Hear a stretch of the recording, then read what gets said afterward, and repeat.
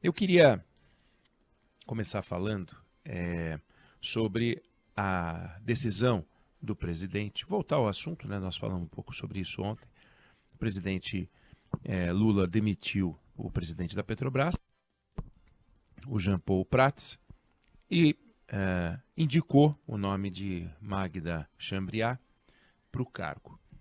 Tem um procedimento, tem um rito até que ela tome posse, mas é pouquíssimo provável que não dê certo. Tem que passar por alguns conselhos lá dentro e depois ter o nome confirmado pelo conselho de administração, mas é pro forma, né?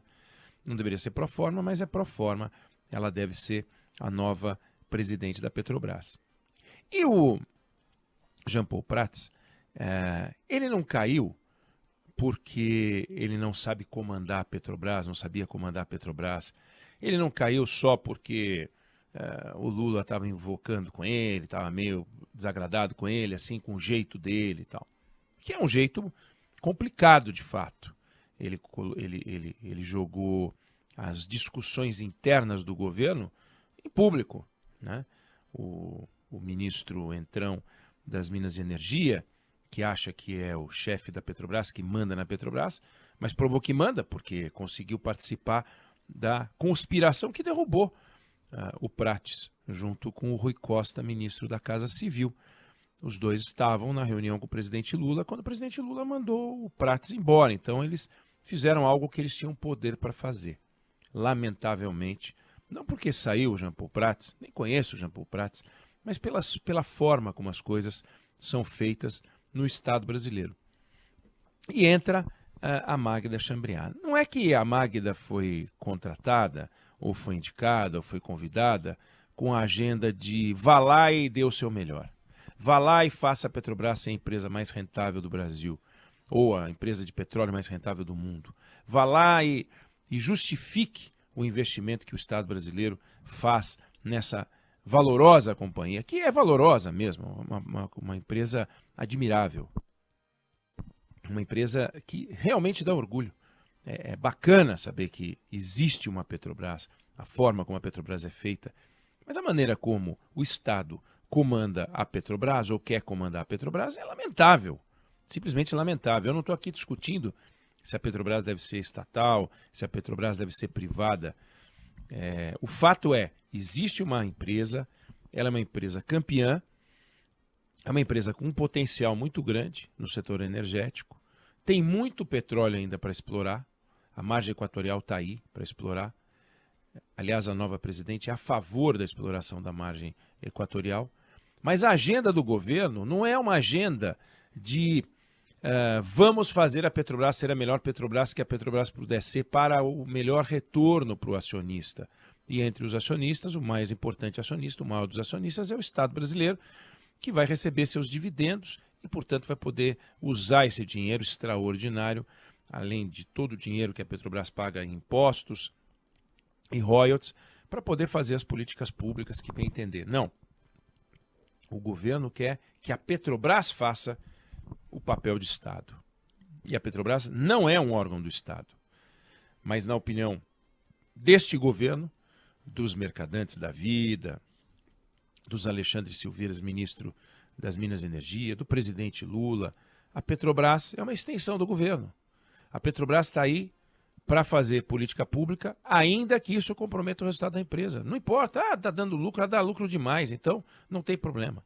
A Petrobras já foi a maior pagadora de dividendos de todo o setor de petróleo. Isso deveria ser motivo de orgulho.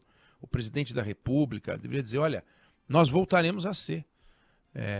A Petrobras é a maior pagadora de dividendos para os acionistas e voltaremos a ser. Esse é o orgulho que a Petrobras dá ao Brasil, né? Extraordinário retorno, produtividade e um pagamento de dividendos extraordinário para o acionista. A Petrobras não é dos brasileiros, a Petrobras é dos acionistas. E entre os acionistas está o Estado brasileiro, que representa o Brasil. Mas aí vem a agenda. E a agenda do governo é: vamos investir em refino. É a Petrobras que tem que investir em refino? Se a Petrobras tiver que investir em refino e entender que isso é bom, ela vai investir em refino, ela vai tomar essa decisão. Não precisa do Palácio do Planalto, que não entende de petróleo, para falar que tem que investir em refino. Porque na cabeça dos integrantes do governo, nós temos que gerar empregos industriais. Porque na cabeça do governo, a Petrobras tem que gerar empregos industriais. Porque na cabeça do governo, o setor de petróleo, que é organizado, eu me refiro a trabalhadores, eles devem ser agradados. Não é por aí. Está errado isso. A Petrobras tem que fazer tudo aquilo que tiver ao seu alcance para ser a mais importante, a mais produtiva empresa de petróleo do mundo. Ela é hoje a nona maior produtora. Ela pode ser a sexta, sétima, quinta. Vamos correr atrás. Como? Deixa que eu toco, deixa que eu faço. É assim que deveria ser. Sem os Rui Costa, os Alexandre Silveira, dando palpites. Vamos retomar refino. E a outra, vamos pegar e vamos retomar a indústria naval brasileira. A indústria naval brasileira já foi muito forte, mas muito forte mesmo. Já foi extraordinária a indústria naval brasileira. Nós temos marcos importantes na indústria naval brasileira, mas por uma sequência de decisões tomadas no Brasil, a indústria naval brasileira ruiu. E para onde migrou a indústria naval? Migrou para a Ásia. E não é que a Ásia, primeiro o Japão, depois Coreia e finalmente a China, não é que a Ásia pegou e destruiu a indústria naval brasileira, não. A Ásia destruiu a indústria naval, ela concentra a indústria naval do mundo. Claro que é um exagero dizer que ela concentra a indústria naval do mundo, mas hoje, se a gente pegar a produção chinesa, tá? Pega quantos por cento dos navios do mundo são produzidos pela China? 47%. E dos novos pedidos? 55%. Metade dos que estão em espera. Então a China produz 50% dos navios do planeta. Como é que a gente vai entrar nessa briga? Não, nós vamos precisar de plataformas, nós vamos precisar de navios de transporte de petróleo. Então a gente vai lá, nós, Petrobras, vamos lá e encomendamos para a nossa indústria. Parece simples, parece muito simples. A gente vai lá e faz isso, só que a gente já fez. O maior símbolo disso foi a empresa Sete Brasil, que foi criada em 2010 para gerenciar a construção de 28 navios sonda para a exploração do pré-sal. A Petrobras era acionista da Sete Brasil. Você entendeu? A Petrobras era acionista da Sete Brasil. Entendeu o envolvimento da Petrobras? Que o governo quer de volta? A Petrobras entrando, a Petrobras investindo. Só que dos 28 navios, só 4 foram entregues. E a Sete Brasil virou um epicentro de corrupção e de endividamento. E quebrou 20 bi de prejuízo. Ou seja, não é assim. Eu vou fazer uma indústria naval e então eu tenho uma indústria naval. Não é assim que funciona. Não é a vontade política que produz crescimento. Porque se a vontade política produzisse crescimento, o voluntarismo produzisse crescimento, o governo Dilma teria feito o Brasil crescer para burro. Porque o voluntarismo da Dilma, que arruinou a Petrobras, era assim, vamos fazer isso, vamos fazer aquilo, eu tenho vontade, eu gosto disso, eu gosto daquilo, a Petrobras vai ser isso. Arruinou a Petrobras. Destruiu a Petrobras. Arrebentou a Petrobras. E a gente ficou pagando essa conta até outro dia. Então, é necessário fazer as coisas certas, não fazer só as coisas... Ah, que legal se der certo. Não funciona assim. Aí alguém vai dizer, mas espera aí, e a Embraer? Se a gente conseguiu fazer uma Embraer, por que a gente não vai conseguir fazer uma indústria naval, revitalizar a indústria naval? A Embraer não é fruto do acaso. A Embraer não é resultado de uma vontade. A Embraer, que completa esse ano 54 anos de história, São 54 anos seguindo numa certa direção. E não é fazendo tudo. Ela não faz tudo. Ela faz pedaços. Ela não briga com quem faz coisas melhores, né? Ou quem faz melhor aquilo que ela poderia tentar fabricar aqui. Turbina. Ela monta os aviões aqui. O projeto é dela. E aí ela monta os aviões aqui. E aí conseguiu montar uma estrutura extraordinária, mas vem fazendo isso há 54 anos, com solavancos, mas são 54 anos fazendo isso. Aí, resultado, temos uma indústria aeroespacial, aeronáutica. Temos uma indústria aeronáutica. Agora, o que acontece com a indústria naval hoje no Brasil? É muito complicado a gente entrar nessa batalha.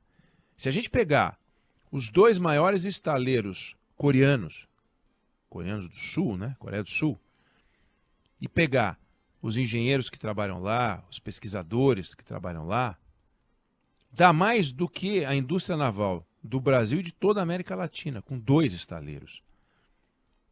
Como é que a gente vai competir com um negócio desse? A China, na década passada, investiu $1 bilhão por ano para ter uma indústria naval. $1 bilhão por ano durante 10 anos. Aí começaram a entrar numa disputa. Brigar com o Japão, brigar com a Coreia do Sul. Aí a gente vai fazer isso? A Espanha não conseguiu. A gente vai conseguir? Só porque o mercadante acha que se temos a Embraer podemos ter uma indústria naval? Seria bárbaro ter uma indústria naval. Sensacional. Agora, a indústria naval chinesa abastece o planeta Terra. Metade do planeta Terra. Nós vamos entrar numa competição para brigar pelo abastecimento do planeta Terra com navios? Ok. É isso.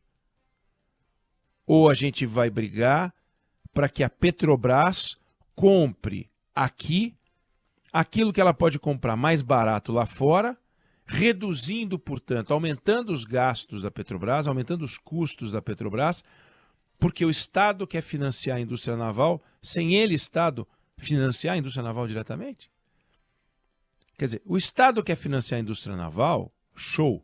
E a Petrobras, quando vai comprar seus navios, faz uma licitação internacional e compra o navio ou a refinaria não, a sonda, que usa muito a estrutura de navio, né? É parte da indústria naval,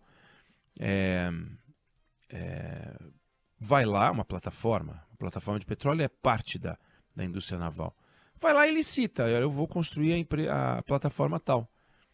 Quem é que me dá o melhor preço? É assim que a Petrobras tem que agir. Ah, mas ela tem que priorizar a indústria brasileira. Perfeitamente, prioriza a indústria brasileira. Agora, onerar a Petrobras para subsidiar a indústria naval não faz o menor sentido. Isso não faz o menor sentido. E, no entanto, essa é a agenda do governo, que é a agenda que o Prates não comprou. Não, tudo bem, vamos comprar uma coisa ou outra aqui. Agora, tá bom, o Brasil vai comprar 30 navios, a Petrobras vai comprar 30 navios, 50 navios, 60 navios, 70 navios. E depois, nós vamos ter uma indústria naval para vender 70 navios, 50 navios. E depois? Ah, não, depois a gente vai vender para o mundo.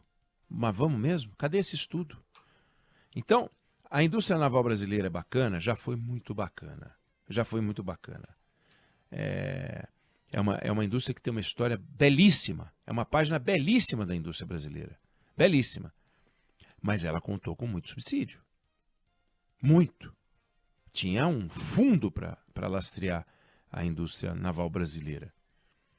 Não dá para a gente pegar, e o Brasil tem histórias incríveis. Realmente incríveis.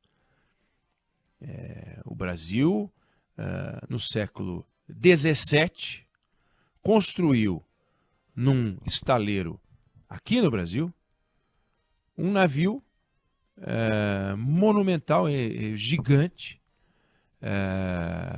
que chamava Padre Eterno. Monumental. Isso 1650, um navio gigantesco.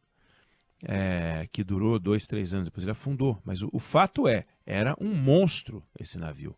Chegou em Portugal e impressionou. Então, a gente tem uma história antiga nessa área. Eu estou falando de uma curiosidade aqui, mas a indústria naval, depois dos anos 50, ela aconteceu. Ela aconteceu, mas subsídio. O governo militar botou dinheiro, muito dinheiro. E aí ela não aguentou. Na hora que teve abertura econômica, ela ruiu. E agora a gente quer juntar os cacos e obrigar a Petrobras a sustentar a indústria naval? Eu sou a favor da indústria naval. Eu sou a favor da indústria automobilística. Eu sou a favor da indústria aeronáutica. Eu sou a favor de todas as indústrias. Indústria gera emprego de qualidade, indústria faz pesquisa, indústria é fundamental. Mas nós não podemos jogar nas costas da Petrobras e você joga numa indústria o custo de manutenção de outra indústria. Isso aí não funciona, isso aí não dá. Isso é a vontade de fazer e tal, mas é uma vontade torta de fazer, que não faz o menor sentido. Vamos ver como a nova presidente da Petrobras vai lidar com essa pressão. O Prates não topou, perdeu o pescocinho. Vamos ver agora se a nova presidente topa ou não topa. Eu não sei se você concorda ou não, mas essa é a opinião que eu tenho sobre o assunto.